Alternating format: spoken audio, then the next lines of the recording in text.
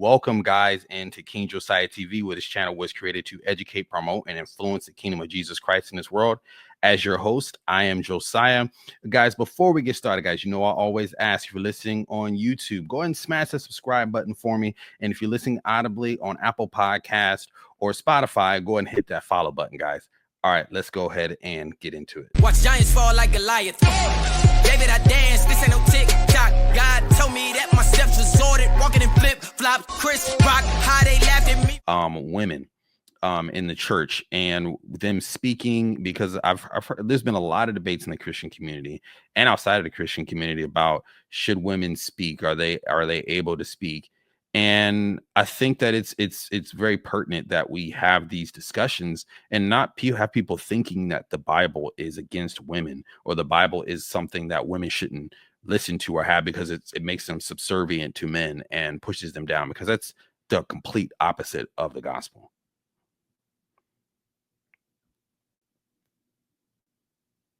Yes. And like it is interesting. It's an interesting fact that the demographics of faith here, right? But it is possible that like a lot of Christian believers might be actually quite surprised at what they learn when they read the New Testament, even the New Testament, especially when it comes to women. I mean, the slavery stuff, the genocide stuff, that's all kind of the Old Testament God. There he is again. But the women stuff crops up in the New Testament too. So I was wondering if perhaps we could go through some of the most problematic verses as pertains to gender relations in the New Testament and see what you have to think about them. You're running it. Go for it. Let's do it. Oh yeah, I guess this is my show. This is my show, but it's your barn. It all gets a bit complicated. And it's an honor to be here with you. It's a privilege, and I'm very grateful for your time and for hosting us here as well. It's a pleasure. I think we should start perhaps with what I think is maybe the most problematic, because it's problematic on various levels, which is 1 Corinthians chapter 14, verses 34 to 35, if you're following along at home. Women should be silent in the churches, for they are not permitted to speak, but should be subordinate, as the law also says. If there is something they want to learn, let them ask their husbands at home, for it is shameful for a woman to speak in church. So again, I want to give some further context to this, because again, a lot of people love using that specific verse to, again, say women shouldn't talk, and the Bible is saying to push women down. Okay, so when we look at this verse, we have to look at what they're talking about, what the Apostle Paul and who he was talking to, one, the time frame. Second, we have to look at what was going on in the church of Corinth at this time. So let's just talk now. Let's get some further context. God is a God of order, not disorder, and the God of peace. These last words are important for both the individual believer and the church as a whole to apply. Since God is not a God of disorder, and since he is he's an in-true God. Sorry, I'm getting tongue-tied here. Then he expects his people to do everything properly and in an orderly way. Such behavior promotes understanding, edification, and harmony. Because the triune God, and what I kind of got tongue-tied on, is God, the Holy Spirit, and Jesus. They are triune. They are in perfect harmony. They are never out of sync with us, and that's how God wants the church to conduct itself. So Paul is not forbidding women from praying or prophesying when the church gathers. After all, he has already made it clear that women can do so if she submits to her spiritual authority of her husband and the church leadership. And I want to talk in that. So when it says submitting to her husband and her church leadership, is again keeping everything in harmony, how God keeps things. The church is what? The bride of Christ.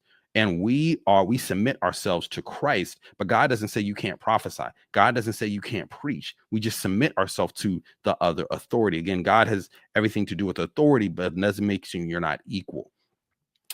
So apparently some of the women in Church of Corinth were being disruptive during service.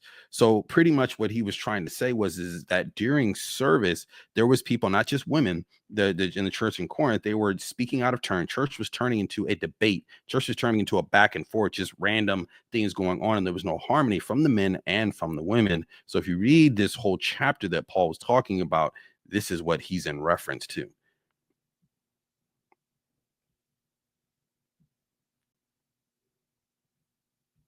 Thoughts? Context. Worship services have denigrated into shouting matches, into total chaos. Why? Women are abusing the new... This is exactly what I was just saying, guys. He's going to just further elaborate it. Freedom that they have, and Paul says, stop it. Also, women are trying to teach and they've not gotten an education, which is tragic because they weren't allowed to go to school. But women who have an education are to teach. That's why Priscilla taught the great teacher, preacher, Apollos. So it's fascinating that Paul also writes there, right there in 1 Corinthians, when women pray and prophesy, they're to have their heads covered. Well, what's the matter with you, Paul? Are you schizophrenic? Don't you remember what you just said? Are you contradicting yourself? No, he's not. He's addressing two different situations, I believe, there. Chaos in worship. And as a pastor, I have to be careful that our worship services don't deteriorate into chaos, because we have some very emotionally charged people who can just rip the shreds out of a worship service with chaos and disorder. And so, no, you're not going to speak at this time because of order. But then women were allowed to pray and prophesy. But before raising objections, I don't know, Stuart, if you agree with that analysis, if you have anything to add. No, that's where my mind goes. Not directly related to this passage, but we have at minimum one, maybe two, fascinating discourse between two ancient Roman emperors talking about a Christian disciple who's a female, and mathetes in the Greek is teacher. And so they are scoffing over this discourse of theirs that we have, this ancient manuscript, saying, can you believe that Christians actually have females teaching? And so whether that is discordant and contradictory to what's going on here, I don't think so. I would add another interpretation. And I'm going to let Stuart continue to talk, but I agree with Stuart here, because the Bible has always pushed back against the norms of society. Even when Jesus was resurrected and he came out, who was the first to see him? It was a woman. The Bible has always pushed people ahead that were pushed down, and women were one of them. Women were nothing more than they were just above a slave. I mean, let's be honest. They couldn't vote, they couldn't talk, they couldn't go outside without a man. I mean, there's still sections of the world that's like that, and the Bible pushed against that. Women's word wasn't even taken back then. And so God used women's word to justify and push his word. You know what I'm saying? So, but of women should remain silent, as you probably know, contextually speaking, even with other civilizations, if you were to remain silent in a service like that, it meant you already knew what was being taught. And those who were speaking up didn't quite know yet. So I would agree with this if we were talking about 1 Timothy. If we're talking about 1 Timothy 2:12, I think that this interpretation works very well. It's all about context. In fact, just to read that verse, because it's actually very similar. 1 Timothy 2:12, I suffer not a woman to teach, nor to usurp authority over a man. Rather, she should remain silent. For Adam was formed first, then Eve. And it was not Adam who was deceived, and so on and so forth. So women shouldn't speak in churches, this kind of thing. Now, there's so much about that verse, which I think you can apply this kind of sort of critical scholarship to. The word for authority. I suffer not a woman to teach, nor to usurp authority over a man. It's almost like the authority and the teaching sort of go together. It's almost like by teaching, assume authority, and particularly authority that they don't have. In fact, the word that Paul uses there in the Greek, I think it's authentine. I don't know how to pronounce it. Authentine is this word for authority, which in other contexts tends to mean seizing authority that you don't have, that you shouldn't have. And in fact, Paul uses a different word to say authority elsewhere. So there's something very particular going on here. Why LA women aren't going to... Sorry, guys, just a commercial there. I just want to let him flesh out his point, and we're going to give a response here just in a moment. Shouldn't speak or assume authority over men. Rather, they should remain silent. That is, women shouldn't take authority that they don't have and speak with that kind of thing, right? So something a bit like what you're saying there. And also there's this idea that there were sort of these cults of feminine divinity that were cropping up, like the cult of Artemis, which had, these women preachers. And it may be that, Paul is writing to Ephesus, he's writing to a specific church, and he's saying, okay, these women are... I think he's implying a little bit more than what the text is saying. But I'm gonna let Cliffe respond. Taking authority that they don't have to speak with knowledge that they don't have, that they think they have, and they shouldn't do that. They should be quiet, right? Fine. That's Timothy. The problem with the quote from 1 Corinthians is that women should be silent in churches. Firstly, we don't have the same thing with like the authority and whatnot. It just says women should be silent in churches. They're not permitted to speak, but should be subordinate, as the law also says. It's now a reference to their subordination under law, which doesn't arise in Timothy. Also, if there is something they want to learn, let them ask their husbands at home. If this was just a case of these incredibly knowledgeable women who were sort of speaking too much, or maybe they had to remain silent because they already knew what they were talking about, why would Paul say, if they have a question, they should go and ask their husbands at home? Because it goes back to what we were saying. Say God is a God of order and harmony. Everything is order. So again, Jesus is above the church. The church, you and me, are submitted to Christ. And once we submit to Christ, once we have fellowship with Christ, then from there we can go into the world and preach, prophesy, and all those sort of other things. Same thing what it's saying towards women pertaining to this time frame. He's stating that there's order, that yes, you can preach, yes, you can teach, yes, you can do all these things. You're not held to this, but you have to be submitted to who God has put in authority over you.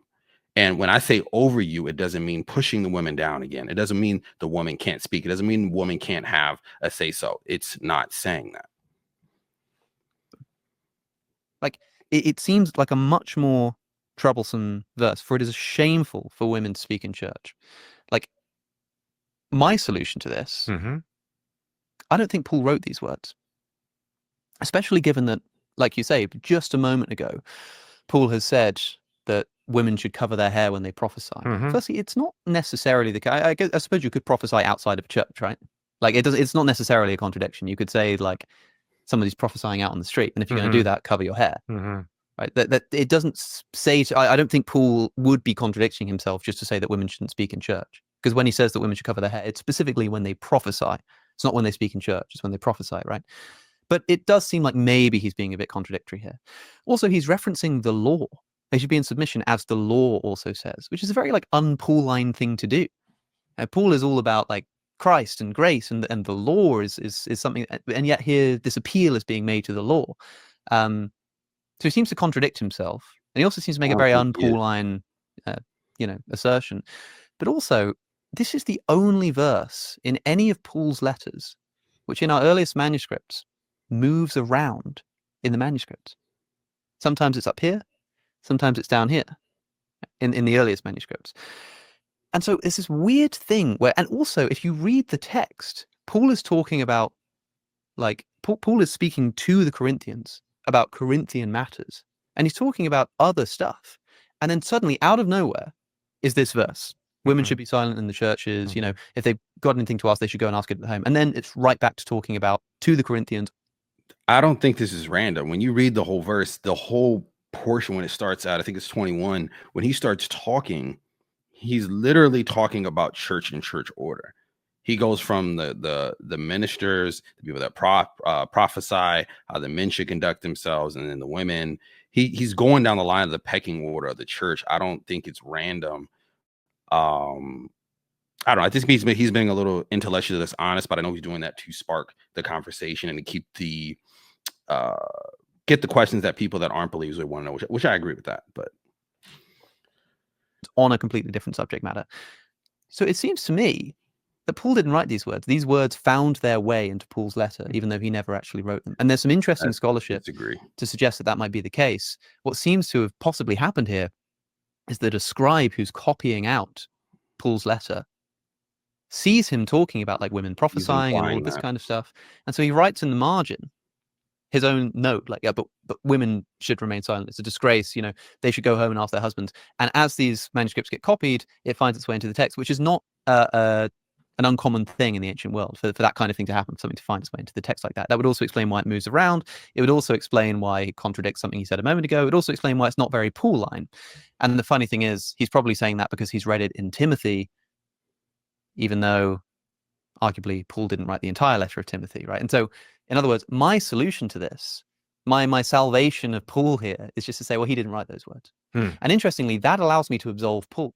I'm not saying no. Paul is this radical feminist. He gives women more rights than anyone else in the world, but at the cost of undermining our belief in the scriptural legitimacy. I mean, given the fact that this verse moves around and it's the only one that does so, given the fact that it seems to contradict what he's just said, given the fact that it's a very un-Pauline assertion, don't you think there's some reason to think that maybe Paul actually didn't write these words? It's a very difficult question you're raising, and I appreciate it. But I like what Mark Twain said. Mark Twain said, it's not the parts of the Bible I don't understand that disturb me. It's the parts of the Bible that I do understand that disturb me. And to be honest with you, I have a harder time with 1 Timothy 2 that you said did not present as big a problem to you. But when you read that kind of literature, you begin to understand some things are going on here that I'm not sure I understand. For instance, at the end of 1 Timothy 2, he says, women will be saved through childbearing. Yeah, right. Oh my goodness, what are you telling me, Paul? That women are going to be saved by having babies? No.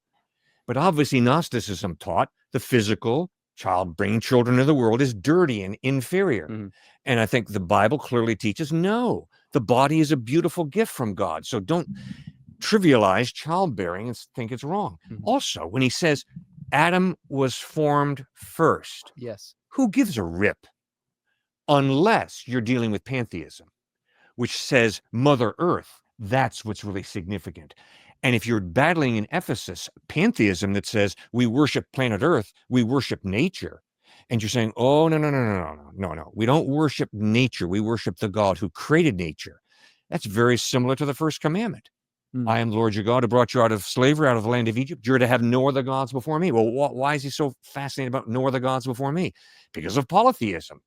And I think Moses is pointing out to the Jewish people, we are not polytheists. We don't believe in many gods dancing on the clouds. We believe in one creator of heaven and earth. Mm-hmm. So I think understanding the culture that is being addressed by these authors is very important, be it Paul in 1 Corinthians, Paul in 1 Timothy 2, or a lot of the Old Testament. And we're going to end that segment there, guys. But I just want to wrap up those words. Because again, it does go back to, when you're reading scripture, you have to be able to read it properly and be able to really dissect it. Again, he was talking about Paul at different times is talking to different sections of people. He's never just creating everybody out of monolith. He's not just talking to everybody and broad stroking everybody. At different times, he's talking to different groups of individuals. So yes, his words are going to be altered depending on who he's speaking to, just like we all do. Doesn't change the context of what we're saying or what we are saying. So guys, I just wanted to read one more thing just to kind of, again, wrap all this together. So just some more things, just more contact notes that I have here. The new covenant gift of the Spirit predicted in Joel 2. And it shall be, and then at the last day, God says that I will pour out forth my Spirit upon all mankind. Again, all mankind, and your sons and your daughters shall prophesy. Acts 2:17. Who's going to prophesy? Sons and daughters, not just sons. So if you take verse 34 to be an absolute prohibition on women speaking at all in worship service, then you have adopted an interpretation that takes chapter 14 to contradiction to chapter 11. And this cannot be, because God does not contradict himself. I think that solidifies and blows that all up right there. Thank you guys again for paying attention to King Josiah TV. If you're listening again, guys, on YouTube, if you haven't yet, why haven't you? Go ahead and smash that like button. Give me a like, guys. Go ahead and hit the subscribe button. If you're listening audibly on Apple Podcasts or Spotify, go ahead and give me that follow button, guys. Again, thank you guys for staying in tune today, and you guys enjoy the rest of your day. But my salvation on me like it's a helmet. The way it's to sin is death, for send you to hell quick. Wanted to be all about me, God, I was selfish.